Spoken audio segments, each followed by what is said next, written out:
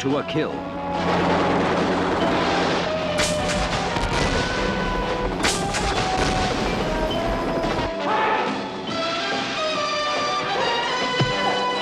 A view to a kill.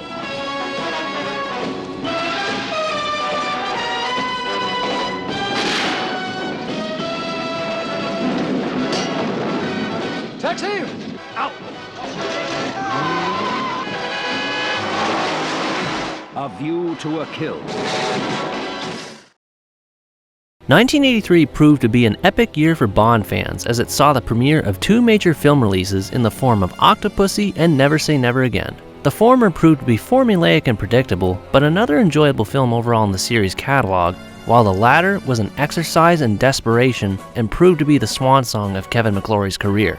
The financial success of both films proved that Bond was not only still alive and well in the hearts of fans, but was more popular than ever.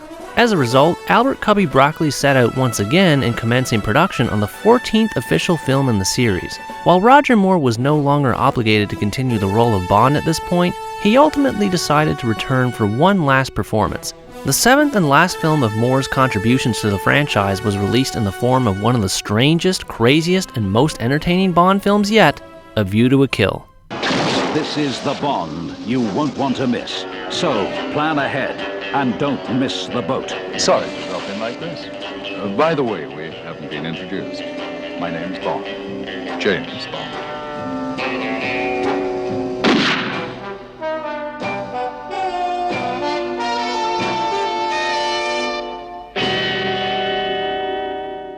A View to a Kill is widely regarded as being the worst film of Roger Moore's Bond films, similar to how Diamonds Are Forever was with Sean Connery. As with other Bond films, the title is lifted from a short story written by Ian Fleming, though the film story itself is completely original. The plot was inspired by the growing presence of technology in daily lives at the time, with a big focus being placed on California's Silicon Valley, and much of it taking place in the general San Francisco Bay Area, along with key scenes also being filmed in Paris. But these interesting ideas were not enough to dissuade contemporary critics. A View to a Kill was lambasted by reviewers for many reasons, chief among them being Roger Moore's advanced age and the campiness reaching an all-time high. See what I did there? Even though I agree with many of the complaints surrounding this film, and I may be spoiling my opinion a bit early, I have to confess that I think it's one of the most entertaining films in the entire series. Why? Well, let's take a look and find out. Another wealthy owner? Who knows? But should certainly bear closer inspection. We're on a mission. Sir Godfrey, on a mission, I am expected to sacrifice myself. First of all, the opening scene is amazing. Not quite as good as Octopussy in terms of quality, but it makes up for it with its memorability. It's the second time we see an individual 00 agent in the series, albeit in a state of post-mortem. Bond is sent to Siberia to locate the body of 003 and recover a microchip from his corpse, and he's attacked by Soviet goons not long after.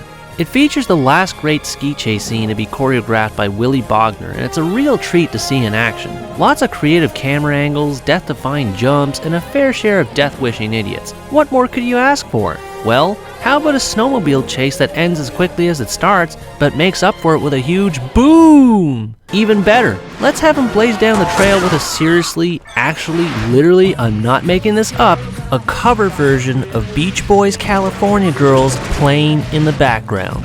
Oh my god, that's amazing. And the whole sequence isn't even done yet. Bond still has to contend with a helicopter chasing him around a bunch of glaciers, which he deals with in an admittedly disappointing manner, but I don't think anything can top a Beach Boys song in winter, so I'll let it slide for now. Bond then goes to chill out, both figuratively and literally, in a watercraft disguised as an iceberg. Everything is topped off with Bond doing what, or rather who, Bond does best. If you thought that was awesome, wait until you hear the opening theme. The film barely gives you a minute to breathe before it slams you with Duran Duran's title theme. The band's bassist, John Taylor, was apparently a huge Bond fan and reportedly approached Cubby at a dinner party asking when he was going to get a good artist to perform the theme for once. I mean, damn, that's gotta be the ballsiest way to hand in a resume I've ever heard of. Man, I gotta say, having a high-energy, kick-ass tune to be the main theme was long overdue. After all the slow, sappy ballads we've had to put up with, it's nice to finally hear some life being injected into the instruments. The guitars are loud, the brass is loud, the percussion is loud, everything feels loud and epic and larger than life, just as you would expect Bond's world to be. Everything is accentuated with bright neon colors in the intro itself, and it just has the perfect level of cheesy 80s vibes to go along with it. The past few Bond themes aren't really that bad, but there's no way you can compare the amount of energy they have to this one. The difference is night and day. It's funny to think that it took a whole 12 years to get a rock song as a theme, the first one since Paul McCartney's Live and Let Die, but they sure nailed it this time. I have zero complaints about this song. Bravo, John Barry, bravo. Once the opening is over with, we see Bond taking the microchip to MI6, where Q determines it to be a copy of one that can withstand an EMP blast, which is made specifically by the Zorin Corporation in California. Funnily enough, this name was similar to a tech company based in Silicon Valley at the time, also named Zorin Corporation, but spelled differently. Because of this coincidence, A View to a Kill ended up being the first film in the series to open with a legal disclaimer. Well, at least that's better than the million studio logos we usually get these days. Anyway, Bond ends up going to a horse race at Ascot Racecourse to observe the company's owner, Max Zorin, the main villain of the film, and played by Christopher Walken. We're also introduced to other characters, including MI6 agent Tibbet, played by Avengers alumni Patrick Macnee. Tibbet suspects that Zorin's horse of choice is drugged to have an advantage in winning its races, but can't find proof. This leads Bond to commence his mission as he investigates Zorin's shady schemes related to his horses. I love this part of the film. There's just so much sleuthing about while Bond looks for evidence, all while he narrowly avoids getting caught by the enemy. There's never a dull moment in between, especially when there's some action involved. Some may call it cliche, but I call it classic spy entertainment.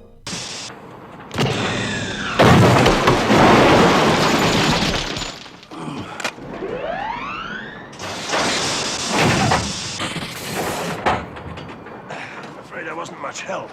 Don't worry, it's all wrapped up. Bond's investigation leads him to traveling to Zorin's estate undercover as he continues to investigate him. This is where you really get to see Zorin's personality develop as a villain. He engages in a variety of schemes, one of which being the horse race rigging from earlier, but his grand plan is to destroy Silicon Valley and exponentially increase the wealth of his own microchip company. It's similar to Goldfinger in how he planned to irradiate the US gold depository in Fort Knox in order to increase the value of his own gold supply. While not original in this sense, Walken's acting more than makes up for this. Seriously, his performance as Zorin is godlike. He isn't as menacing or calculating as Scaramanga was in The Man with the Golden Gun, but in terms of sheer psychopathy, Zorin is a marvel to behold. He's like the Joker to Bond's Batman. He's so confident in his abilities to overpower Bond that he can't help but laugh at him and revels in the power he has over him. There are a few parts where this attitude could potentially backfire due to the campy nature of Morris films in general, but Walken is so entertaining in the role I don't even mind it. It's no wonder the man became a living, breathing internet meme. Even when he's serious, you can't help but giggle.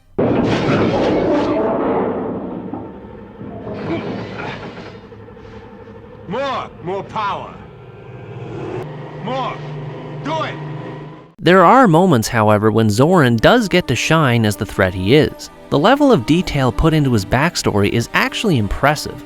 Bond finds out that he's the product of a genetic experiment conducted by a Nazi scientist who acts as a father figure to him throughout the film. He's one of a select few individuals injected with steroids as an infant developing in the womb, who ended up born with a genius IQ at the cost of inheriting psychopathic tendencies. He uses his intellect to achieve great success in adulthood as a member of the KGB, but eventually goes rogue as he uses their resources for his own evil deeds. By the way, that's Dolph Lundgren in the background in his first acting role ever. Because of this, he stands not only as an enemy of MI6, but also the KGB, and General Gogol makes another substantial appearance in the series to try and reason with Zorin. I don't think I've ever seen a Bond villain have this much backstory and clout before, at least to this point. It almost comes off as tragic in the way it's presented, because Zorin had no choice in the way he was born, yet he still holds his Nazi colleague in high regard. He's a ruthless lunatic who doesn't mind having a little fun at the expense of other people's suffering, and this is what makes Zorin a classic Bond villain. Brilliant. I'm almost speechless with admiration. Intuitive improvisation. It's the secret of genius. Zorin's not alone though. Accompanying him on his quest to destroy Silicon Valley is his lover and henchwoman Mayday, performed by Jamaican singer Grace Jones. It's interesting to see a woman in the role of a hench figure this time around, as opposed to the likes of men such as Oddjob and Jaws. She works as an assassin for Zorin, eliminating anyone who crosses paths with Bond in order to impede his investigation. I don't think anyone else other than Grace could have pulled off this role. You can see how much fun she was having in the role just by looking at her on screen. Her character just has the perfect level of crazy without overdoing it too much. And the way she just manhandles opponents twice her size never gets old. She even ends up partnering up with Bond after being betrayed by Zorin, and as such has a redemption arc of sorts toward the end of the film.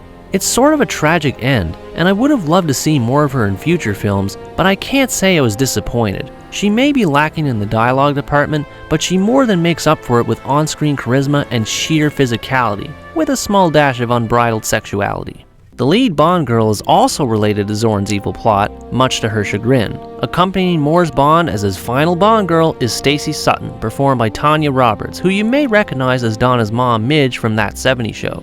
She's a state geologist who owns a family oil business, but is facing an attempted buyout by Zorin so that he can use her land for his own dirty deeds. She ends up crossing paths with Bond and partners up with him due to their mutual interest in stopping Zorin. A good enough reason to pair them up, I suppose, but really? Geologist? I can't really pretend that this Playboy model of a woman has worked a day of her life in a dirty job. They even make a joke halfway through the movie by having her shotgun loaded with rock salt, because every geologist loves rock so much they apparently make it their ammunition of choice. She's almost as convincing as a geologist as Mary Goodnight was as a secret agent, although not that bad by comparison.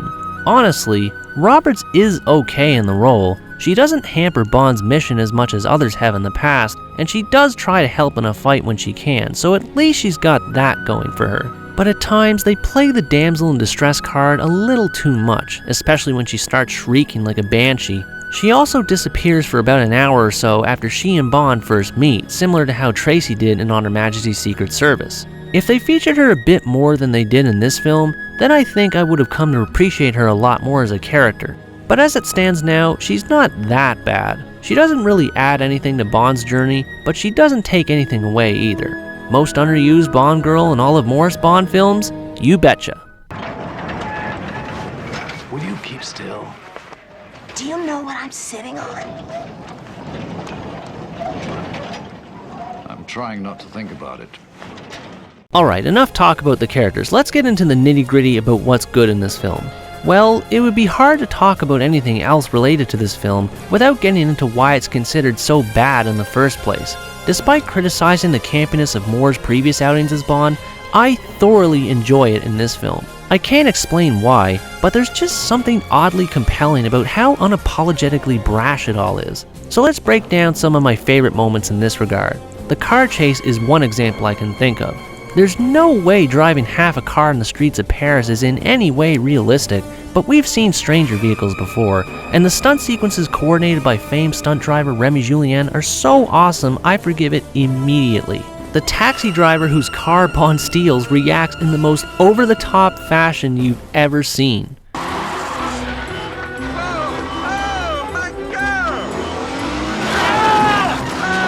Moving on from that, we have the usual scene of seduction between Bond and another one of his lady friends, featuring Paula Ivanova. I like that they put a unique twist in this case, in that Ivanova is an agent who crossed paths with Bond in the past. Right away, we know they're gonna get busy with each other, but the way it happens is even more amusing. Bond switches a tape of intel with that of a Japanese music cassette so Ivanova can't get away with it, before turning on his mojo. After all, what does every Russian woman love more than bubbles? Are you all right? The bubbles tickle my Tchaikovsky.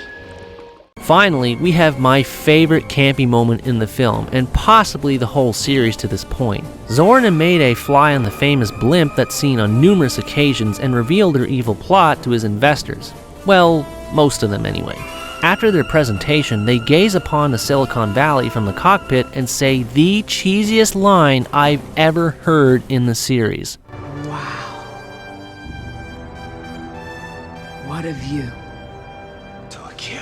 Ugh, that's so bad. But I can't help but love it. The whole movie is a farce. I can understand why critics and even some fans today may dislike it for that, but to me, this is pure entertainment, and at the end of the day, that's what movies are all about. I would rather a movie be laughingly bad than frustratingly bad.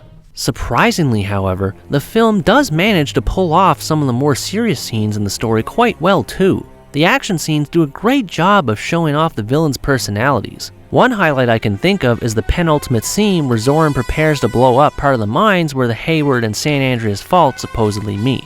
He weakens the area by detonating some explosives and flooding the mines, killing most of his workers before he takes out a machine gun and kills the stragglers. Apparently, Roger Moore hated this scene as he thought it dwelled too much on the act of killing and strayed away from the fun lightheartedness that Bond was traditionally about. But if you ask me, it perfectly fits in with Zorin's personality as a psychopath, especially one that was raised by a literal Nazi. It shows just enough violence to get the point across without hamming it up by showing blood or anything else that could be considered egregious. Another great scene is the end where Bond fights Zorin on the Golden Gate Bridge. It's simple in scope, but there are two things that make it classic. One is the use of miniatures, green screen, and trick photography to make it seem as though they were actually fighting for dear life on a bridge. Another win for traditional special effects. The second thing is when Zorin is about to fall off the bridge to his death, and you can see Dr. Mortner worryingly calling out to him. It adds an extra touch of personality to their father-son dynamic. But it's not long before the campiness returns. Mortner tries to resume where Zorin left off by throwing a bundle of dynamite at Bond. Bond foils his assault by cutting the rope of the blimp, resulting in Mortner losing his balance and dropping the dynamite.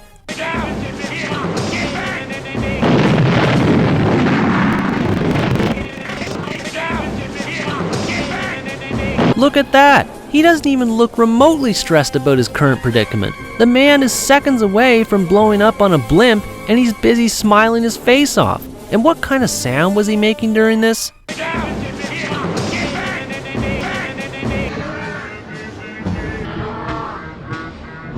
I'm sorry, but I just can't get over this. This is better than any blooper I've ever seen to date.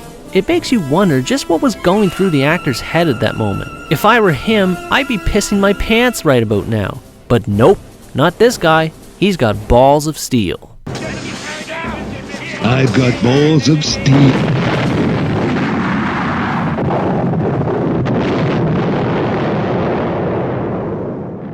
While I enjoy having fun and laughing along with this film's zaniness, it's pretty obvious from the get-go that A View to a Kill is a very flawed film. There are times when the campiness of the whole thing does get distracting from the story, as with any Bond film. But here, there are so many silly scenes thrown about the place it's hard not to occasionally empathize with critics. The fire truck scene is one example where it could have been much better than it was. While some of the action bits are great, it gets bogged down by Bond acting like a lumbering lummox. He just keeps shouting like an idiot while swinging around in an unlocked ladder. At the same time, he's being tailed by San Francisco police officers, one of whom in particular has a real case of superiority complex. Harris? You can forget about that sergeant promotion. You pay for this vehicle. $100 a month out of your paycheck.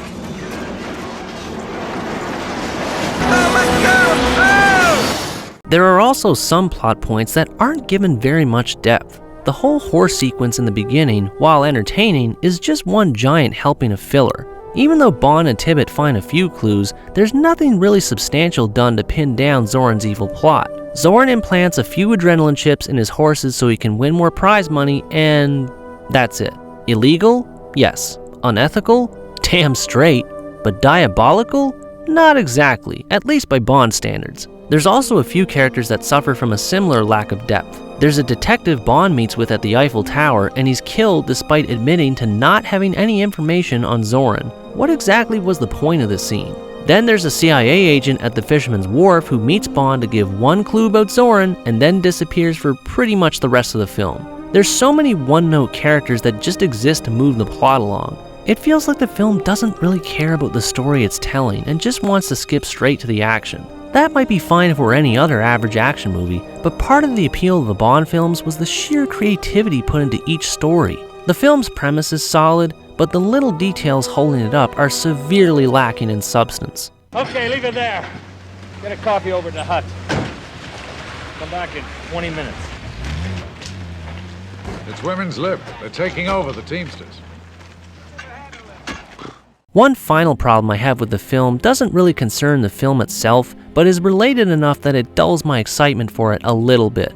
It's the main reason this film gets criticized so much, and is one I wholeheartedly agree with. Simply put, Roger Moore is way too old to be in this film. He was 57 years old by the time it premiered, way older than when Sean Connery hung up his boots in Diamonds Are Forever, and even then he still looked ripe. Here, Moore looks flat out ancient. His eyes bug out during inappropriate moments which distract from the tone of a scene. His hair clearly looks like it's been spray tanned brown to hide what no doubt would otherwise have been completely gray. Beyond the physical disparities, however, Moore just doesn't have the same energy he used to have. It's pretty clear watching him early on screen in this film that he's on his last legs. He just moves way too slow in the action scenes to be taken seriously anymore. Watching the Bond girl fall in love with his aged version of Bond is a little weird, to put it mildly. In fact, it turned out that Moore was even older than Robert's mother was at the time of filming. I mean, geez, that has to be embarrassing. At this point in the series, he just wasn't believable in the role anymore. I feel bad for saying this, but I'm really glad Moore threw in the towel and ended things when he did. And on another note, at least we get one last collection of great one-liners from him. Oh, my dear, I take it you spend quite a lot of time in the saddle. Yes, I love an early morning ride. No, I'm an early riser myself. Someone will take care of you. Oh, you'll see to that personally, will you? I understand you wish to see me. You slept well? A little restless, but I got off eventually. Make no mistake, A View to a Kill is a stupid, stupid movie. The plot is threadbare and makes little sense, the Bond girl is way too hot to be a geologist, and the campiness is turned up to 11 in this film. There are many reasons why people dislike this Bond film, and all of them are valid. But to me, the reasons why it's hated so much are why I enjoy it. It goes for broke and does everything in its power to entertain its audience with reckless abandon. I consider this to be the quintessential example of a Roger Moore Bond film, even more so than The Spy Who Loved Me. It's loony, confusing, and often downright ridiculous, but I'll be damned if I didn't have a good time watching it. Sean Connery's era Bond films were noted for being more on the serious side of things, with a slight edge of dry wit and black humor sprinkled throughout, while Moore's were pretty much the opposite. Both actors contributed to the franchise in their own unique ways, and each should be appreciated individually for their efforts. I can't think of a better film for Moore to go out on a bang with than A View to a Kill, and if that sounds like a bad thing, then sign me up, because I love it. This film is many things, but one thing it's not is boring, and that's how I felt when watching all of Moore's films. I was consistently entertained watching Moore's portrayal of Bond. I enjoyed seeing him metamorphose into the role from Live and Let Die to The Spy Who Loved Me, and from there, everything else was icing on the cake. Despite the silliness associated with his movies, he remained the truest example of a gentleman, bringing an air of class to the role that nobody else can compare. And that just goes to show that truly, nobody does it better. Roger Moore, I salute you. This concludes my review of A View to a Kill. Thanks for watching this video, I hope you enjoyed it, and as always, stay tuned for the next part.